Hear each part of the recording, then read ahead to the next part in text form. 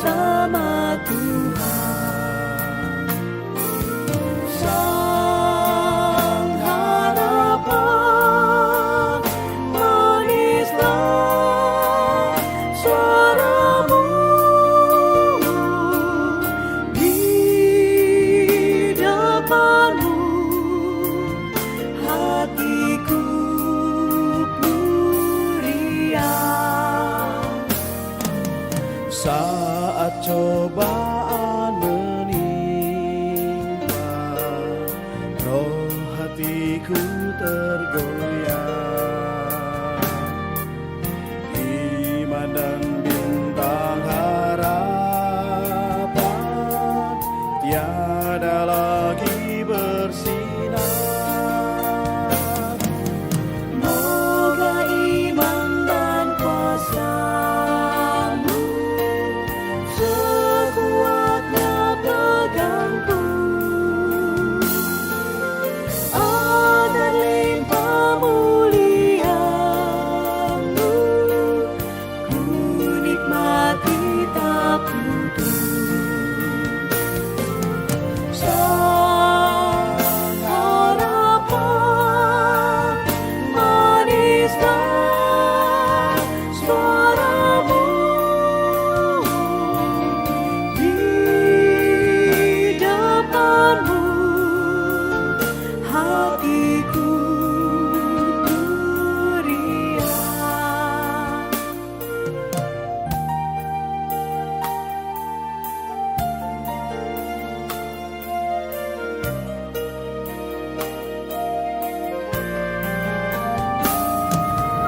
Di depanmu, hatiku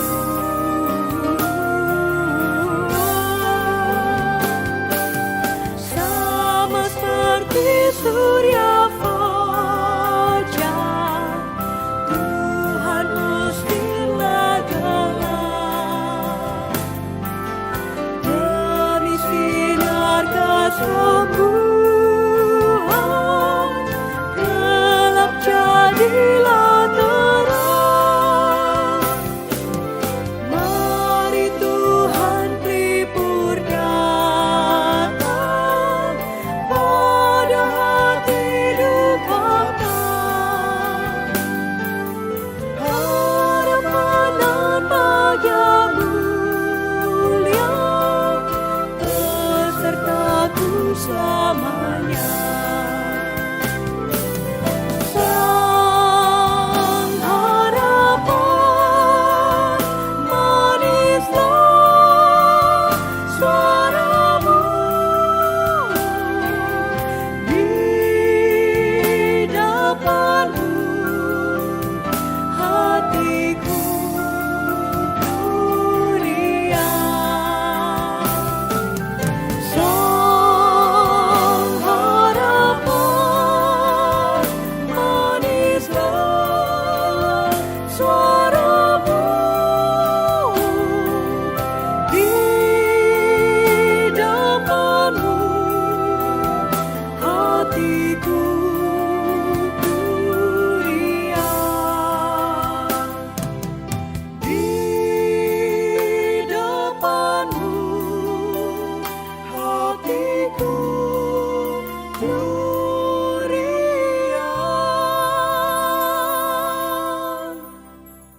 Berita ke-11.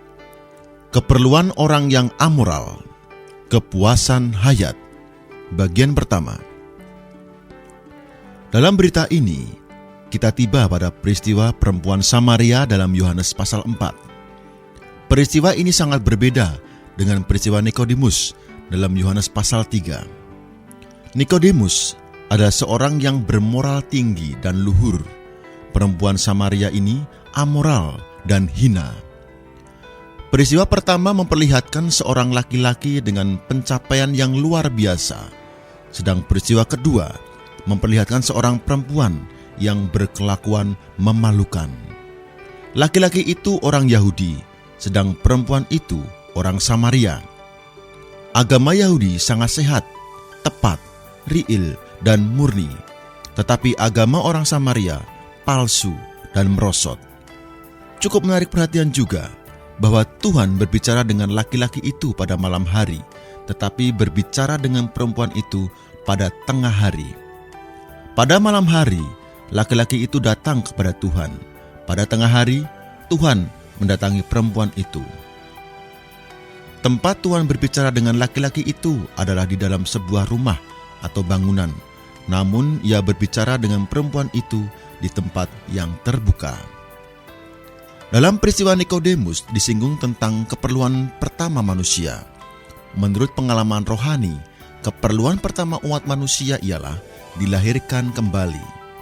Dalam ekonomi Allah, kebutuhan pertama bagi manusia adalah dilahirkan kembali. Ekonomi Allah menghendaki manusia mempunyai hayat ilahinya, bahkan bersatu dengannya, baik dalam hayat maupun sifat, guna menggenapkan kehendak kekalnya.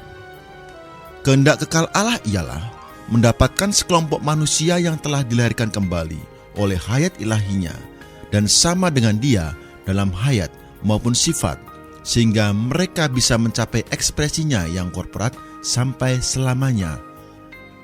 Inilah kehendak kekal Allah, dan inilah ekonomi Allah.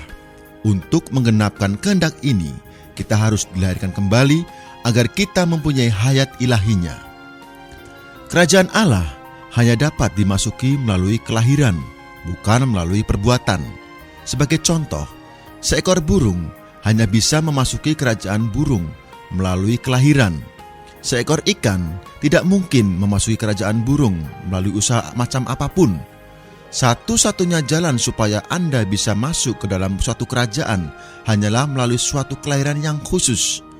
Karena itu, aspek pertama dari Tuhan menjadi hayat kita adalah Ia memberikan hayat ilahinya kepada kita melalui kelahiran ilahi yang merupakan satu-satunya jalan kita mengambil bagian dalam kerajaan Allah. Apakah keperluan kedua umat manusia? Apakah yang diperlukan setelah kelahiran kembali? Keperluan yang kedua ialah kepuasan. Dalam Yohanes pasal 3, masalahnya ialah manusia tidak memiliki hayat ilahi. Tidak peduli betapa baik atau hebatnya Anda, itu tidak berarti apa-apa bagi kehendak kekal Allah. Selama Anda belum dilahirkan kembali, pasti belum memiliki hayat ilahi. Anda hanya memiliki hayat insani saja. Hayat insani sebenarnya merupakan wadah untuk diisi oleh hayat ilahi. Jika Anda tidak memiliki hayat ilahi, Anda itu hampa atau sia-sia.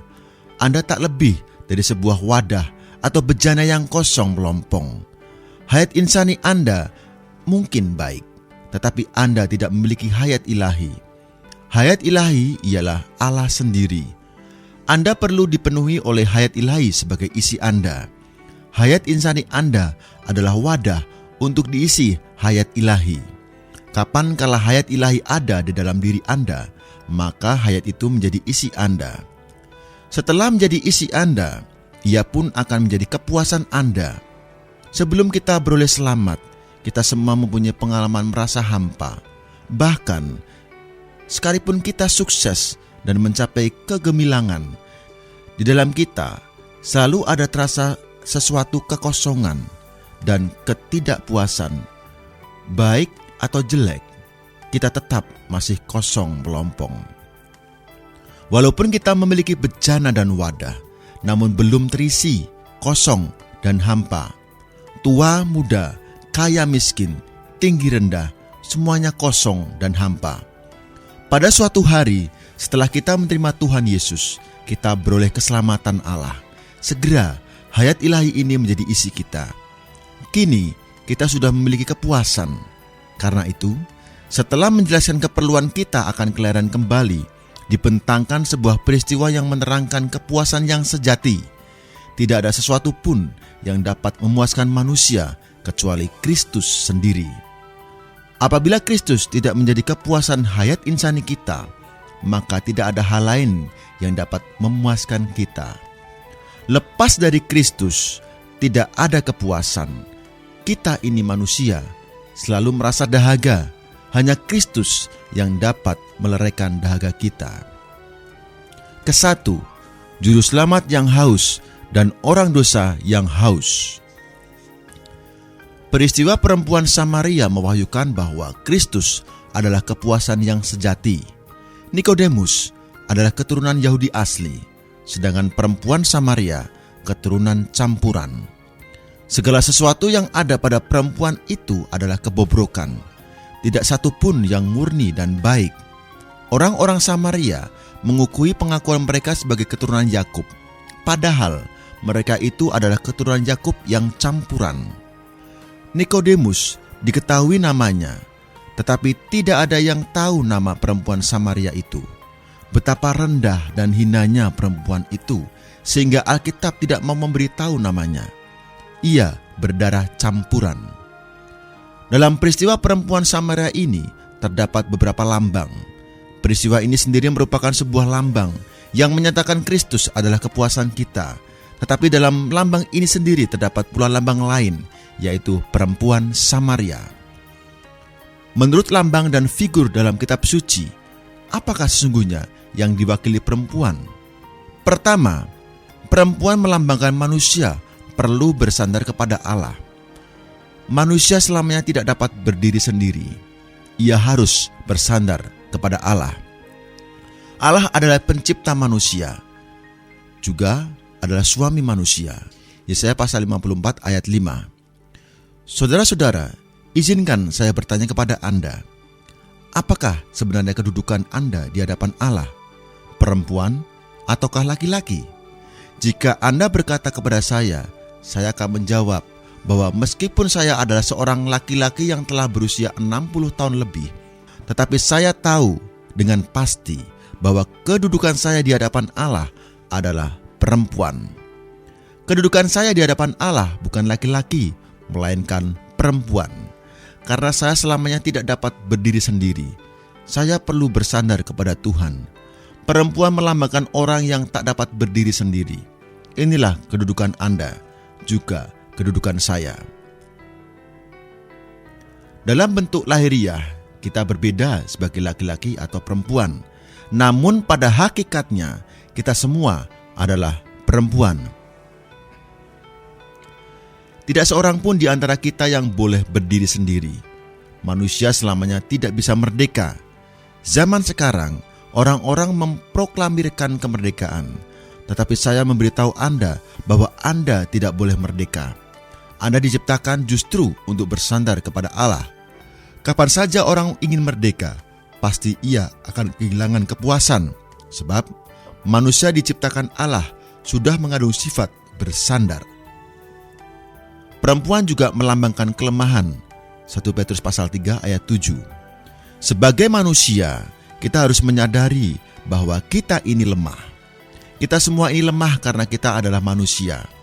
Jangan mengira istri Anda lemah, sedangkan Anda kuat. Walaupun ini mungkin benar secara jasmani, tetapi pada hakikatnya, baik laki-laki maupun perempuan, semuanya lemah. Malahan, dalam hal rohani, ada kalanya saudara lebih lemah daripada saudari. Saat Tuhan Yesus dikhianati dan menjelang dibunuh, saudari-saudari yang tercantum dalam perjanjian baru jauh lebih kuat daripada saudara-saudara. Pada waktu kematian, kebangkitan, dan kenaikan Tuhan, saudari-saudari benar-benar lebih kuat daripada saudara-saudara. Bahkan dalam hal mencintai Tuhan, Maria adalah yang terkuat. Saudara-saudara, janganlah Anda sombong dan mengira Anda terkuat. Kita semua adalah manusia yang tercipta, lemah, dan mengandung sifat bersandar. Karena itu, kita harus bersandar kepada Tuhan. Perempuan juga menunjukkan suatu kedambaan yang batiniah. Ia pun diciptakan oleh Allah. Memang, seorang laki-laki memerlukan seorang istri untuk membantunya. Tetapi seorang perempuan lebih-lebih memerlukan seorang suami. Seorang perempuan selalu menambahkan dan mengharapkan kepuasan. Dalam sifat manusia, laki-laki maupun perempuan selalu merindukan kepuasan. Tuhan menciptakan kehausan agar kita mencari Dia. Anda selalu merasa haus dan batin Anda tak terpenuhi. Ini semua menandakan bahwa Anda seorang perempuan. Anda ingin bersandar kepada orang lain, dan Anda merasa harus bersandar. merasa lemah, dan mendambakan kepuasan, semua ini menunjukkan bahwa Anda adalah perempuan. A. Juru selamat harus melintasi tempat orang berdosa. Kita perlu mencurahkan perhatian penuh atas Yohanes pasal 4 ayat 4. Tetapi ia harus melintasi daerah Samaria. Kata kunci ayat ini ialah harus.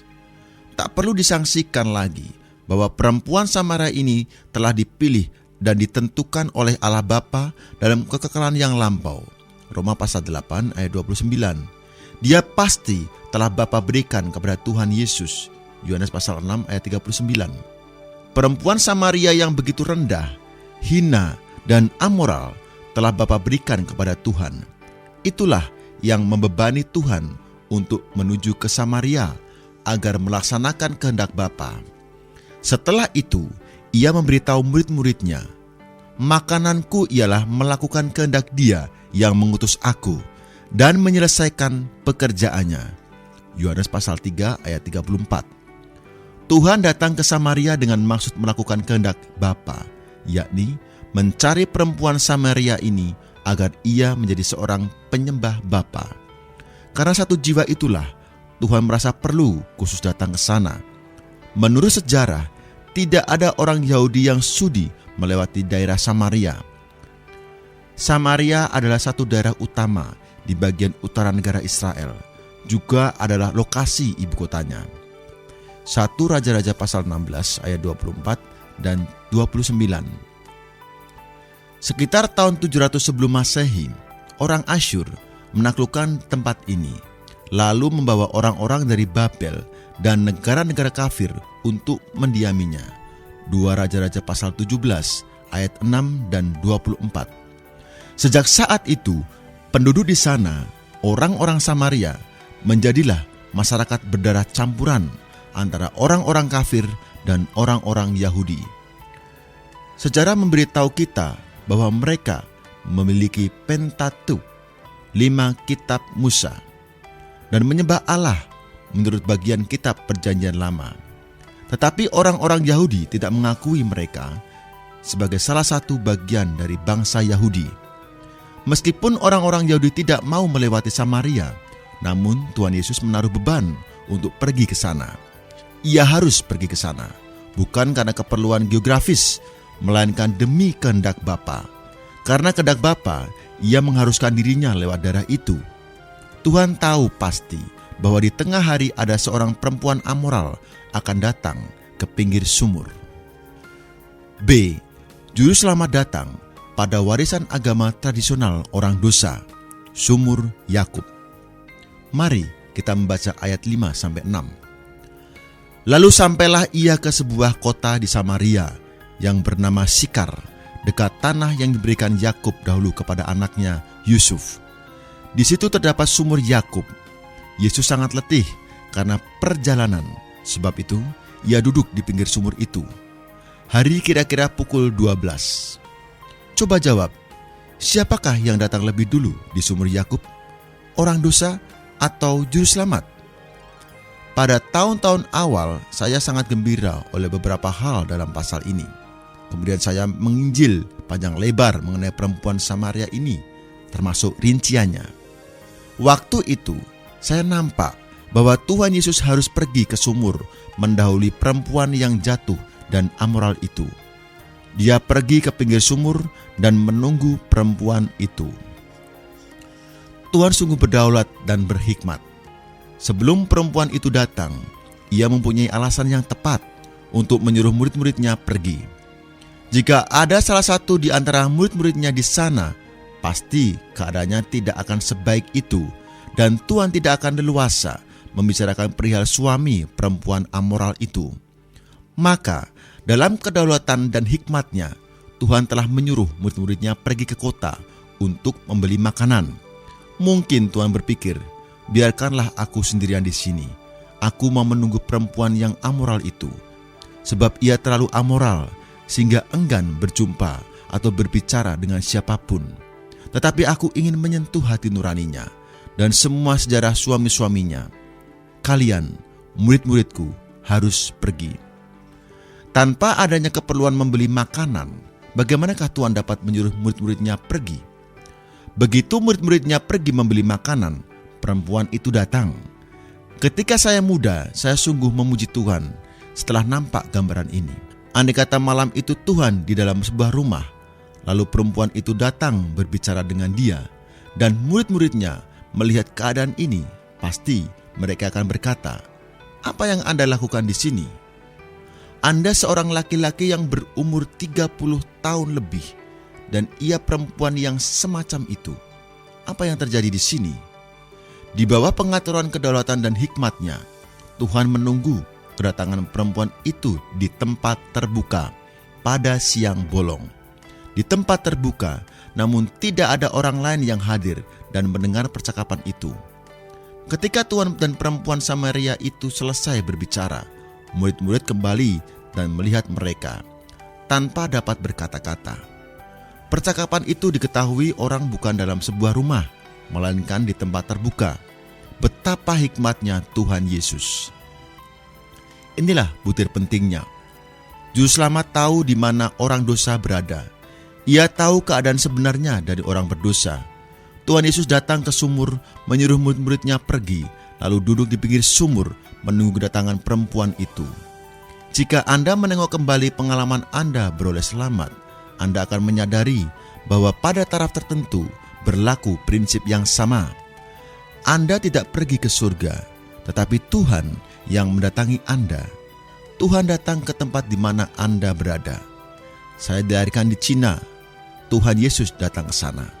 Pada suatu hari ia menunggu saya di tempat tertentu, sehingga saya tertangkap olehnya. Bagaimana dengan pengalaman Anda? Bukan Anda yang menjumpai juru selamat, melainkan juru selamat yang mendatangi Anda. Beberapa orang diselamatkan setelah kecelakaan mobil. Mereka harus menyadari bahwa sebelum kecelakaan itu terjadi, Tuhan Yesus sudah menanti di sana untuk berjumpa dengan mereka. Kita semua diselamatkan secara demikian. Alangkah baiknya. Ketika Tuhan Yesus sedang menantikan orang dosa datang, ia merasa haus.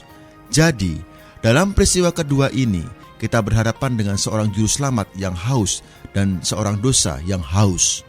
Mungkin Anda berpendapat bahwa Anda yang haus, tetapi kehausan Anda itu melambangkan kehausan juru selamat.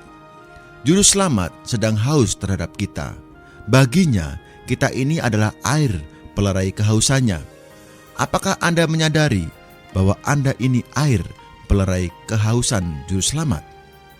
Seolah-olah juru selamat berkata, "Tidak ada sesuatu yang dapat memuaskan aku kecuali Engkau.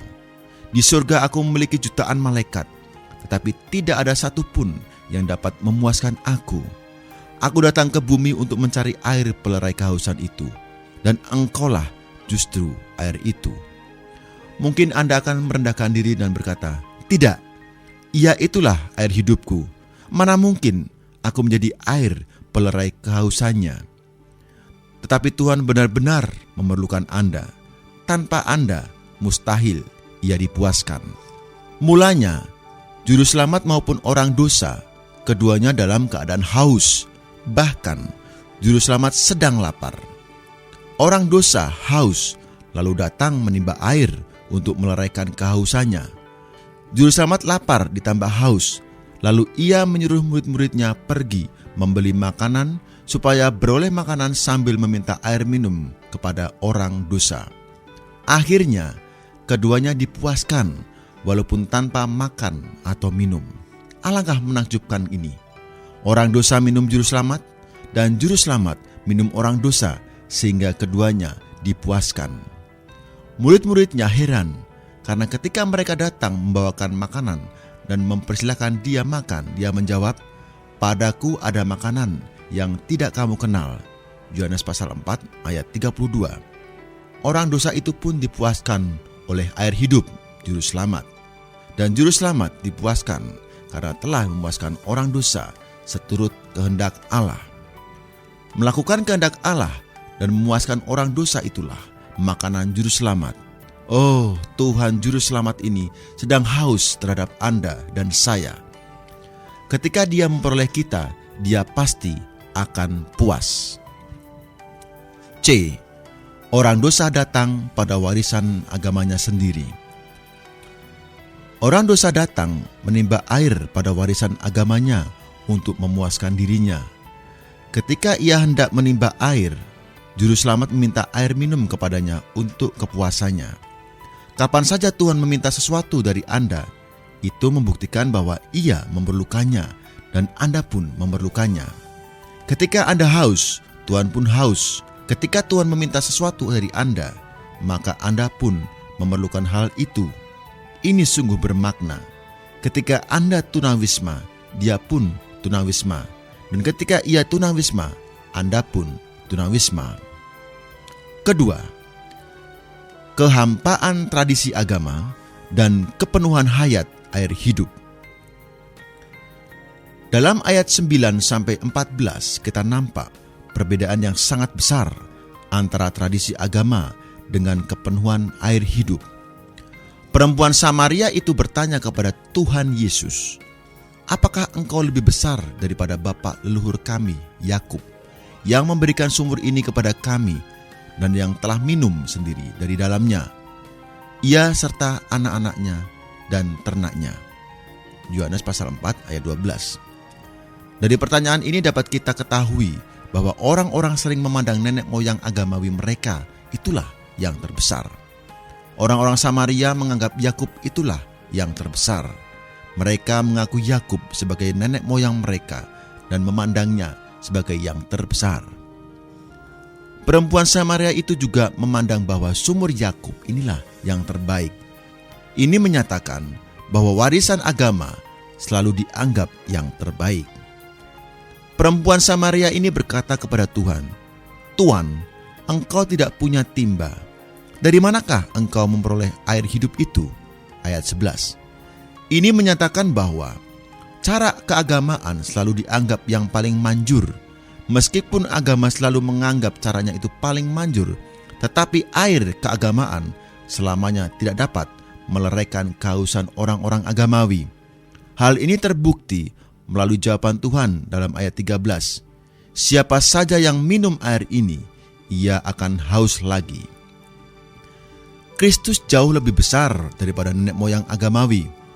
Yesus menjawab serta berkata kepada perempuan itu, "Jikalau engkau tahu tentang karunia Allah dan siapa Dia yang berkata kepadamu, 'Berilah aku minum,' niscaya engkau telah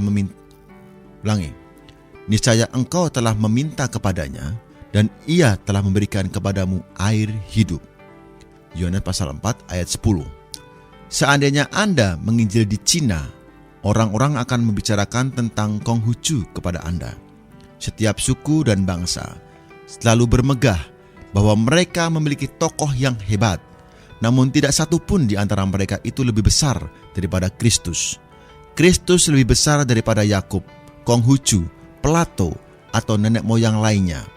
Selain itu, karunia Allah lebih besar daripada warisan agama. Manakah yang Anda pilih, sumur Yakub ataukah karunia Allah? Apakah karunia Allah? Jika Anda mengatakan karunia Allah adalah Kristus, maka jawaban ini tidak seluruhnya tepat.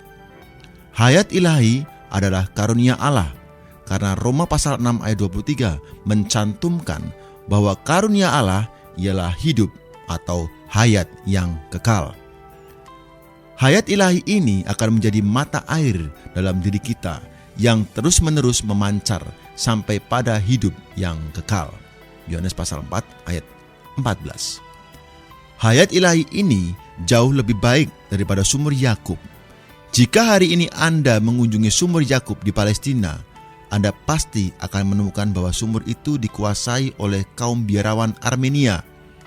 Ketika saya mengunjungi tempat itu, setiap orang memerlukan secangkir air dari sumur Yakub harus membayar $2. Bagaimanapun, semuanya itu tak lain tradisi dan tidak berarti apa-apa. Air yang ada di dalam sumur itu tidak berbeda dengan air di tempat lain. Meminta adalah lebih berkhasiat daripada cara agama.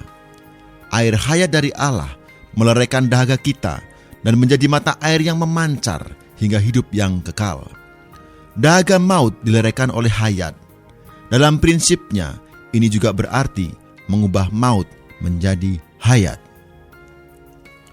Tuhan Yesus berkata kepada perempuan Samaria, "Siapa saja yang minum air ini, ia akan haus lagi." Perkataan ini sederhana, tetapi maknanya sangat dalam. Air di sini melambangkan kenikmatan materi dan hiburan duniawi. Tak ada satupun darinya yang dapat melelehkan dahaga batiniah manusia. Sebanyak apapun manusia minum air materi dan duniawi ini, pasti akan haus lagi. Semakin minum air ini, semakin haus. Contohnya, di bidang pendidikan, orang menginginkan tingkatan yang tinggi dan lebih tinggi. Setelah meraih gelar sarjana muda, mereka menginginkan sarjana penuh, dan setelah itu gelar doktor. Yang lainnya mungkin ingin memiliki simpanan $10.000 dalam rekening tabungannya. Tetapi setelah itu ingin $100.000, dan setelah $100.000, $1.000.000. Semakin Anda minum air dunia, Anda semakin haus. Jangan sekali-kali mencoba memuaskan dahaga Anda dengan air dunia yang manapun. Meskipun perempuan Samaria itu telah mempunyai 5 orang suami dan kini sedang tinggal bersama seorang laki-laki yang bukan suaminya, ia masih belum juga puas. Tidak ada satupun yang dapat memuaskan dahaganya. Ada saudari yang senang model pakaian, tetapi tidak seorang saudari pun yang dipuaskan oleh model pakaian apapun. Setelah Anda membeli sepotong, Anda lalu ingin membeli yang kedua dan ketiga. Setelah Anda memiliki 10 pasang sepatu, Anda ingin memiliki 15 pasang. Bahkan, ada perempuan yang telah memiliki lebih dari 15 pasang sepatu, tetapi masih saja belum puas. Air macam ini tidak pernah memuaskan manusia. Hanya satu air yang dapat memuaskan manusia hingga kekal, yaitu Yesus Kristus. Kristus memuaskan pada hari ini, besok, dan sampai kekal. Ia selalu baru, selalu segar, dan selalu memuaskan. Karena itulah Tuhan memberitahu perempuan Samaria itu bahwa siapa saja yang minum air darinya tidak akan haus lagi, karena air itu akan menjadi mata air di dalamnya yang terus-menerus memancar sampai pada hidup yang kekal. Amin.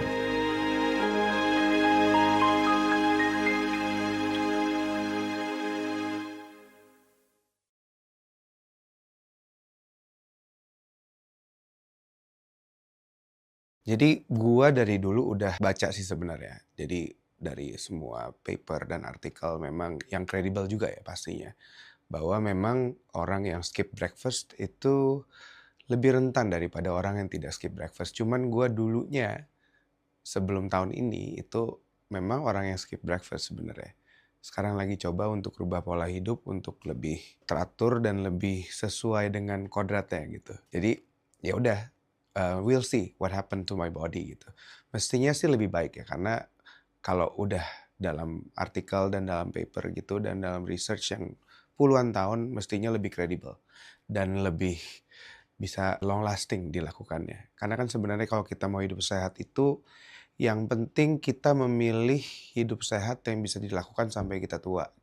Bukan cuma sesaat kurus, nah terus habis itu badannya breaking down gitu sih. Jadi buat semua teman-teman yang pada skip breakfast, you should try jamnya dirubah. Yang di skip tuh makan malam. Justru jadi kita jadi breakfast gitu sih. Buat semua teman-teman yang mau tahu tentang info kesehatan yang valid, you should follow goodtalk.id kalau mau hidup sehat.